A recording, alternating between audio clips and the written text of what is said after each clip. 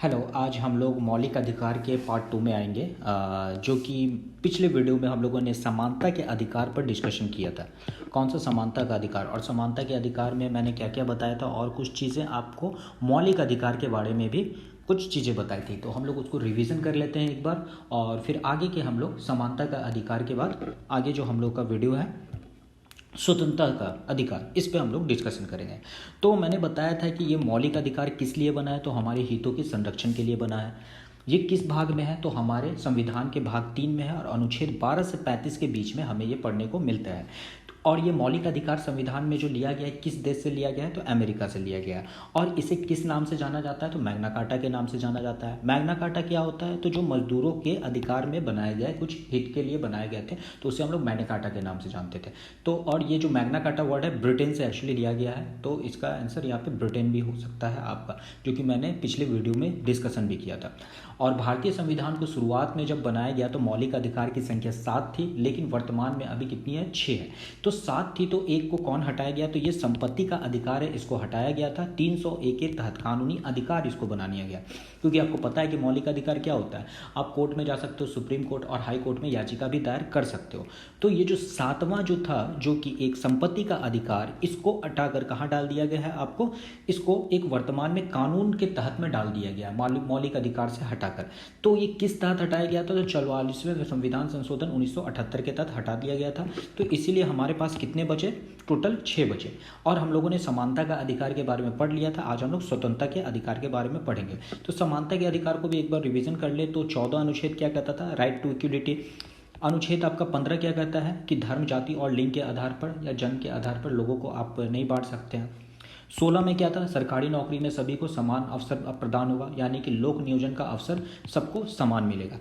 आपका था abolition of untouchability, यानी कि छुआछूत से खत्म करने का। एबोल्यूशन ऑफ टाइटल्स, यानी कि टाइटल्स का अंत। आओ आज हम लोग अब लेक्चर को आगे बढ़ाते हैं। दूसरा जो है आपका स्वतंत्रता का अधिकार, ये हमारा दूसरा मौलिक अधिकार है, और ये आप अनुच्छेद 19 से लेकर 22 तक आपको पढ़ने को मिलेगा। तो 19 जो है ना, ये काफ़ी इंपॉर्टेंट है। क्यों इंपॉर्टेंट है, आओ देखो। जैसे 19 में हम लोग को मिलता है बोलने का अधिकार, शांतिपूर्ण रूप से एकत्रित होकर हम स्वतंत्रता के बारे में किसी से अपील दायर कर सकते हैं। सभा और समूह बनाने का, आवागमन का, निवास का, आजीविका यानी कि रोजगार का। आओ एक एक करके हम लोग चीज़ों को समझते हैं। जैसे कि हमें क्या दे रखा है स्वतंत्रता के अधिकार में, यानी कि बोलने का अधिकार। जैसे आपको कोई चीज़ पसंद नहीं है, जैसे हम लोग होता है ना कि किसी पॉलिटिशियन यानी कि पॉलिटिक्स के खिलाफ, यदि किसी भाजपा हो गए या जदयू हो गए या किसी के खिलाफ हम लोग धरना प्रदर्शन करते हैं, तो हम लोग को बोलने का अधिकार है। जैसे मीडिया क्या होती है, इसका सबसे ज़्यादा फायदा उठाती है, उसको बोलने का अधिकार है। किसी के अगेंस्ट में बोलना हो तो वो बोल सकती है, तो स्वतंत्रता, लेकिन एक नियमित दायरा का। इसका मतलब ये नहीं कि आप किसी से अब्यूज करोगे, गाली से बात करोगे, वो चीज़ें नहीं। एक सीमित दायरा में रहकर आप अपने चीज़ों को लोगों के सामने में रख सकते हैं, तो आपको बोलने की स्वतंत्रता मिली। दूसरा, शांतिपूर्ण रूप से एकत्रित होने की स्वतंत्रता। आप शांतिपूर्वक एक जगह एकत्रित होकर क्या कर सकते हो, अपनी बातों को रख सकते हो। जैसे होता है ना, आप इंडिया गेट पे जाओगे, लोग एकत्रित होते हैं और वहाँ पर अपनी बातों को मीडिया के सामने यानी कि सरकार के सामने रखते हैं। फिर आप सभा बना सकते हैं, समूह बना सकते हैं, तो इसकी भी स्वतंत्रता है कि आप सभा और समूह बनाकर भी शांतिपूर्वक अपनी बातों को सरकार के सामने में रख सकते हैं। आवागमन की स्वतंत्रता, जैसे आप एक जगह से दूसरे जगह जाते हो तो इसके लिए आपको किसी से परमिशन लेने की जरूरत नहीं है। जैसे आप पटना से दिल्ली गए, दिल्ली से कलकत्ता गए, कहीं भी आप जाते हो तो इसके लिए परमिशन आपको लेने की जरूरत नहीं है, क्योंकि ये हमारा एक अधिकार है, ये हमारा मौलिक अधिकार है। और ये 19 भाग में हमें लिखा हुआ है कि आवागमन की स्वतंत्रता मिली है। भारत में निवास करने की स्वतंत्रता। हम कहीं भी किसी भी स्टेट में जाके रह सकते हैं। जैसे आप पटना में हो, आप दिल्ली जाके रह सकते हो, आप कलकत्ता जाके रह सकते हो, तो इसके लिए आपको कहीं किसी से परमिशन या कोर्ट से आपको कुछ लेने की जरूरत नहीं है, क्योंकि ये हमारा मौलिक अधिकार है, ये हमारा देश है और हम कहीं भी रह सकते हैं। और वहाँ पे जाके रोजगार भी कर सकते हैं। तो रोजगार का भी क्या मिला हुआ हम लोग को, परमिशन मिला हुआ है कि कहीं भी आप जाके रह सकते हो और वहाँ रोजगार भी कर सकते हो। कहीं का मतलब भारत, ठीक है। तो बोलने की स्वतंत्रता आपको हो गई, शांतिपूर्ण रूप से एकत्रित होने की स्वतंत्रता हो गई। आप समूह और सभा और समूह बनाकर भी अपनी बातों को रख सकते हो, तो इसकी भी स्वतंत्रता आपको मिली हुई है। भारत में आवागमन, आपको आने जाने की स्वतंत्रता मिली है। निवास करने का, आप भारत में किसी भी कोने में जाकर रह सकते हो। और आपको रोजगार यानी कि आजीविका, अपने पेट भरने के लिए, नौकरी के लिए आप कहीं भी जाकर रह सकते हो, तो इसके लिए आपको किसी से परमिशन लेने की जरूरत नहीं, क्योंकि ये हमारे मौलिक अधिकार है। और ये भाग 2 और अनुच्छेद 19 के तहत आपको क्या मिलता है, स्वतंत्रता आपको मिली हुई है कि आप कर सकते हो। सॉरी, मैंने अभी भाग 2 बोल दिया था, भाग 2 नहीं, भाग 3 में आता है आपका, ठीक है। अब हम लोग चलते हैं 19 में 20 के बाद। अब 20 क्या कहता है? देखो 20 काफ़ी इंपॉर्टेंट है।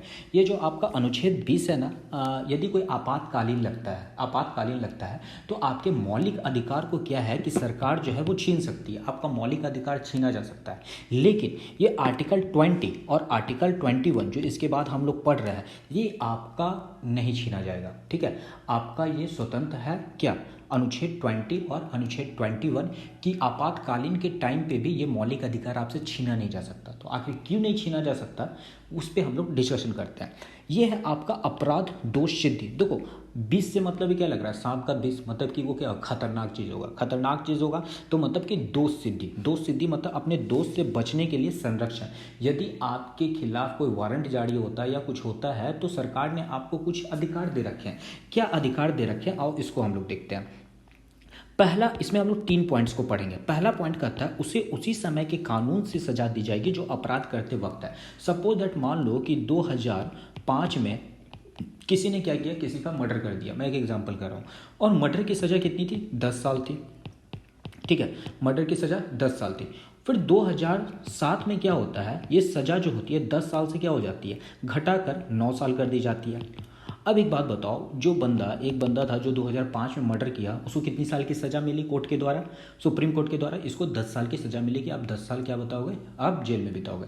लेकिन 2007 में इसको 1 साल कम कर दिया गया। तो क्या जो ये सज़ा 2005 में मिला था उस बंदे को, उस लड़के को, क्या उसकी सज़ा 10 से 9 साल हो जाएगी? बिल्कुल नहीं, क्योंकि इसी चीज़ के बारे में कहा गया है कि यदि उसी समय के कानून से सजा दी जाएगी जो अपराध करते वक्त था। मतलब 2005 में यदि किसी ने मर्डर किया है तो उसको 10 साल की सज़ा मिलेगी, और 2007 में यदि कोई दूसरा बंदा कोई मर्डर करके जेल में आता है तो उसको कितनी साल की सज़ा मिलेगी? उसको 9 साल की सज़ा मिलेगी। तो मतलब कि जिस कानून के तहत जो सज़ा होगी और जो समय से जो कानून बनाया गया है उस सज़ा के लिए, वो ही सज़ा उसे क्या मिलेगा? दंड मिलेगा। जो सुप्रीम कोर्ट या हाई कोर्ट क्या करती है, उसको सज़ा देगी। तो ये चीज़ें हम ध्यान में रखना कि जिस समय के कानून के तहत क्या होता है वही सजा दी जाती है। दूसरा, खुद के विरुद्ध गवाही देने के लिए आपको वाद नहीं किया जाएगा। जैसे होता है ना, आप मूवी में देखते हो कि जबरदस्ती आपको कहता है कि अब तुम कबूल लो कि तुमने मर्डर किया है, तुमने चोरी किया है, तो ये गलत है, ये गलत है। ऐसा यदि कभी हो ना, तो पता है क्या करो, उस समय पुलिस को हाँ हाँ मैंने किया। लेकिन जब हाई कोर्ट या सुप्रीम कोर्ट, आप जब वहाँ पे जाओ कोर्ट में जज के सामने, तो आपको तो नहीं, सर साहब मैंने नहीं किया। क्यों? क्योंकि वो आपसे ज़बरदस्ती उगलवाना चाहती है और आपने वो चीज़ें किया ही नहीं है। तो खुद के विरुद्ध गवाही देने के लिए आपको कभी वाद नहीं किया जाएगा। और जज साहब के सामने आप कहना, इस सर हमको रात को पीटा गया था, हमको ज़बरदस्ती कबूल करने के लिए कहा जा रहा था और मैंने कुछ किया ही नहीं। तो वहाँ पे जज साहब क्या करेंगे? उसके खिलाफ एक्शन लेंगे, और हो सकता है कि आपके जो आप गलत नहीं हो, आप सही हो, तो आपको क्या मिल सकता है वहाँ पे, आपके खिलाफ जो भी वारंट या जो भी एफआईआर किया गया, हो सकता है कि उसको सज़ा को कम किया जाए या उसको हटा दिया जाए। तो ये चीज़ें ध्यान में रखना चाहिए कि खुद के खिलाफ जो कभी भी होता है, आपको बाध्य नहीं किया जाएगा कि आपको क्या करना चाहिए। आपको जो, यदि किसी ने आपने कुछ नहीं किया और खुद के खिलाफ आप गवाही नहीं दे सकते, ठीक है, तो खुद के विरुद्ध गवाही देने की वाद आपको नहीं किया जाएगा। तीसरा, एक अपराध के लिए क्या जाएगा? एक ही सजा दिया जाएगा। अब देखो बड़ा अच्छा है वो कानून सरकार बना दिया। मान लो कि सपोज दैट आपने एक बार चोरी किया, चोरी करने के बाद आपको क्या मिली? 1 साल 2 साल की सजा मिली। अब दूसरी बात, आप चोरी करके आते हो ना, जज साहब के सामने घूमते रहो, हाँ हाँ हाँ हाँ घूम रहे, ठीक है, तो वो आपको कभी भी है ना फिर दोबारा सजा नहीं दे सकती। हाँ, उसके दूसरा सजा दे सकती है चोरी के खिलाफ, या आप धमकाने के लिए, ठीक है, या किसी को थ्रेटनिंग के लिए, जिसको धमकाना कहते हैं, तो उसके खिलाफ एक नया वारंट जारी करके आपको जेल में डाल सकती है। लेकिन एक ये सजा के लिए हमेशा एक ही बार मिलती है, ठीक है। एक अपराध के लिए हमेशा एक ही बार सजा मिलती है। जैसे दारू का केस बिहार में, एक बार दारू पी के कोई पकड़ा गया तो दोबारा उसको अंदर नहीं डाला जा सकता है। अब उसके ऊपर दूसरा केस लगाया जा सकता है चोरी का, ठीक है, नहीं तो दूसरा केस उसके ऊपर लगा के उसको अंदर डाला जा सकता है। तो एक अपराध के लिए उसको एक ही बार सजा मिलती है। तो हम लोगों ने क्या देखा 20 में मतलब याद रखना सारा 20 मतलब कि क्या होता है? सांप का विष, यानी कि खतरनाक चीज़ है, मतलब कि दोष सिद्धि। पहला क्या है? तुमको जिस कानून के तहत आपको सजा दी जा रही है और जिस समय के अनुसार दी जा रही है वही आपको सजा मिलेगी, ठीक है, बाद में नहीं होगा कुछ। खुद के विरुद्ध आपको गवाही देने के लिए कभी भी विवश नहीं किया जाएगा, जबरदस्ती नहीं की जाएगी। और तीसरा क्या है? एक अपराध के लिए हमेशा एक ही सजा मिलेगी। और अब मैंने अनुच्छेद 20 भी बताया कि ये आपको कभी भी आपातकालीन समय में भी इसको छीना नहीं जा सकता। इंदिरा गांधी के टाइम मालूम है ना जो हुआ था आपका, क्या इमरजेंसी लगाया गया था, आपातकाल। तो उस समय भी इस चीज़ों को मतलब अनुच्छेद 20 को आपको मौलिक अधिकार से नहीं छीना जा सकता, लेकिन और भी जो है वो हटाया जा सकता है। अब आ जाओ अनुच्छेद 21। 21 क्या है? देखो इसमें दिल बना हुआ है, मतलब ये आपके लिए है, क्योंकि आपका दिल आपके पास है। इसमें क्या है कि राइट टू लाइवलीहुड, आपको रहने के लिए, राइट टू प्राइवेसी, मतलब आपकी कोई प्राइवेसी के साथ कोई छेड़छाड़ नहीं कर सकता, ये आपको मौलिक अधिकार है। यदि कोई आपका मोबाइल है, कोई पर्सनल चीज़ें हैं, तो कोई उससे ज़बरदस्ती कोई देख नहीं सकता जब तक आप उसको परमिशन ना दो, ठीक है। राइट टू शेल्टर, आपको रहने का, ठीक है। राइट टू हेल्थ, आपको हेल्थ से रिलेटेड, तो आपके साथ कोई चीज़ें कभी ज़बरदस्ती नहीं की जा सकती। करेक्ट, आपको समझ में आ रहा होगा। जैसे कि इसमें एक और चीज़ होता है, जैसे कि आपका इन्वायरमेंट से रिलेटेड, ठीक है। इन्वायरमेंट यानी कि पर्यावरण, आपको पर्यावरण को भी आपको क्या है, साफ सुथरा रखना है। इसलिए होता है ना, गाड़ी की पॉल्यूशन हमेशा टाइम से रहनी चाहिए, नहीं हुआ तो आपके ऊपर फाइन कट सकता है। तो पर्यावरण की सुरक्षा करना यानी कि इन्वायरमेंट का। एक और चीज़ है, इसमें आता है आत्महत्या, ठीक है। यदि मान लो आप आत्महत्या कर रहे हो, आप आत्महत्या कर रहे हो मतलब खुद का कर रहे हो और तुम बच गए तो पता है तुम्हारे ऊपर भी केस हो सकता है 309 के तहत। 309 के तहत आपके ऊपर भी एफआईआर की कि आपने क्यों अपने आप को मार रहे हो। ज़िंदगी बहुत इंपॉर्टेंट है और आप खुद को अब क्या करना, मारना चाह रहे हो, इसलिए मरो। तो मतलब यदि वो इंसान बच गया तो फिर उसके ऊपर भी केस बन सकता है। तो ये चीज़ें हमारा बना हुआ। हेल्थ से रिलेटेड मैंने बताया कि आपको स्वच्छ हवा में घूमना, अच्छा खाना, अच्छा पीना, ये सब भी क्या है, आपका मौलिक अधिकार है और ये मौलिक अधिकार को आपसे कोई छीन नहीं सकता है, ठीक है। एक और चीज़ आता है, यदि मान लो कि आप सेपरेसी चाहते हो, आप अकेले में रहना चाहते हो, आप कहीं किसी के साथ, एक होता है कोई जॉइंट फैमिली में रहता है, कोई सेपरेसी मतलब अलग रहना चाहता है, कोई प्राइवेसी को कहता है, राइट। तो इन सब चीज़ों को यहाँ पे है कि उसको हक मिला हुआ है और हक मिला हुआ है कि उसको कोई छीन नहीं सकता। जैसे मान लो एक पति है और एक पत्नी है, पत्नी चाहती है कि मैं पति के साथ नहीं रहूँ, ठीक है। तो यहाँ पे क्या, हमारा तलाक का सुविधा है, वो तलाक देके पत्नी से अलग भी रह सकता है या पति से अलग से भी वो भी रह सकती है। तो उसको क्या करना पड़ेगा, पहले कोर्ट में याचिका दायर करना पड़ेगा। यदि उसको मिल जाएगा तो वो क्या होगा, अकेले रह सकती है। तो हमारे लिए सब कुछ ये देखते हुए ये अनुच्छेद 21 बनाया गया और 21 हमारे लिए बना हुआ है, हर एक इंसान के लिए बना हुआ है, उसके फायदे के लिए बना हुआ है और इसको कोई छीन नहीं सकता है। और 21 में याद रखना 21A, देखो जब ABCD ये देखो ना तो हमेशा ध्यान रखना ये 21A का मतलब हुआ कि इसको बाद में जोड़ा गया है। यदि ए मिलेगा, बी मिलेगा, देखो 21 तो हो गया तुम्हारा राइट टू लाइफ जो आपके ज़िंदगी से रिलेटेड है, ठीक है। 21 में याद रखना, 21 में क्या होता है, दिल जवान हो जाता है, तो 21 से दिल, राइट, याद रहेगा आपको। और ये 86वां जो है 86 संविधान संशोधन 2002 में इसमें जोड़ा गया था। और पहले पता है इसे क्या था, ये था आपका राज्य के नीति निर्देशक तत्व जो हम लोग पढ़ेंगे इसके बाद, ठीक है। उसको क्या किया गया था, उठाकर ये चेंज करके मौलिक अधिकार के रूप में आके 21 में जोड़ दिया गया। हम लोग इसके बाद ही चैप्टर पढ़ेंगे राज्य के नीति निर्देशक तत्व और उसमें देखेंगे कि 6 से 14 जो वर्ष के बच्चे होते हैं उनको निःशुल्क पढ़ने की सुविधा। लेकिन उसको राज्य के नीति निर्देशक तत्व में क्या होता है, उसको आगे जाके मैं ये बताऊंगा कि वो आप कोर्ट में, हाई कोर्ट या सुप्रीम कोर्ट में उसमें याचिका दायर नहीं कर सकते किसी के खिलाफ। लेकिन मौलिक अधिकार यदि आपको कोई छीनता है तो आप कोर्ट में जाके केस कर सकते हो उसके खिलाफ। तो इसीलिए 6 से 14 वर्ष के बच्चे को ये अनिवार्य है कि उसको मुफ्त शिक्षा दी जाए।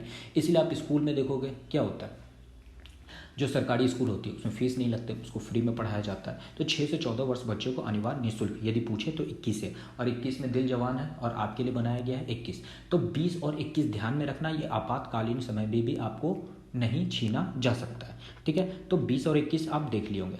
अब 22 भी हम लोग देख ही लेते हैं। अनुच्छेद 22 आपको ये कहता है कि गिरफ्तारी के लिए संरक्षण। मान लो सपोज दैट आपको पुलिस गिरफ्तार करने के लिए आती है, राइट। 22 में गिरफ्तार करने के लिए आती है तो आपको जो सरकार है, जो हमारा संविधान है, आपको कुछ हक दे रखा है। क्या हक दे रखा है, कारण पूछने का अधिकार आपको राइट है अनुच्छेद 22 के तहत कि किस जुर्म में आप मुझे गिरफ्तार करने के लिए आए हुए हैं। तो आपको ये हक है। यदि बिना वारंट का, देखो कुछ केसेस होती हैं जिसमें वो बिना वारंट का आ जाता है, तो वो बिना वारंट का आएगा ना, जब आपको सुप्रीम कोर्ट या हाई कोर्ट उसको परमिशन देता है, जाओ उसको इमरजेंसी में जाके पकड़ो, कुछ उस तरीके का भी केसेस आता है। बट ऐसे आपको जुर्म की हो, छोटा मोटा कोई होता है, तो उसमें है कि वो आप कारण पूछ सकते हो और कारण पूछेंगे और आपको सही रहेगा तो वो उठा के ले जाएगा और आपके खिलाफ होगा भी। लेकिन एक और चीज़ बताते हैं, यदि मान लो आपको पकड़ने आया और सच में आपने गलती किया है नहीं किया है, आप क्या करो, पुलिस के सामने से भाग जाओ, मतलब कि उसके सामने मत आओ। क्योंकि आजकल पुलिस क्या होती है ना, डरा धमका के पैसे हटना, उसके साथ गलत करना, उसके साथ बहुत सारी चीज़ें इशू आ जाती हैं और पुलिस भी इसी का फ़ायदा उठाती है, करेक्ट। सब ऐसे नहीं होते बट कुछ पुलिस वाले होते हैं जो इस मौके का फ़ायदा उठा के काफ़ी पैसे भी कमा लेते हैं।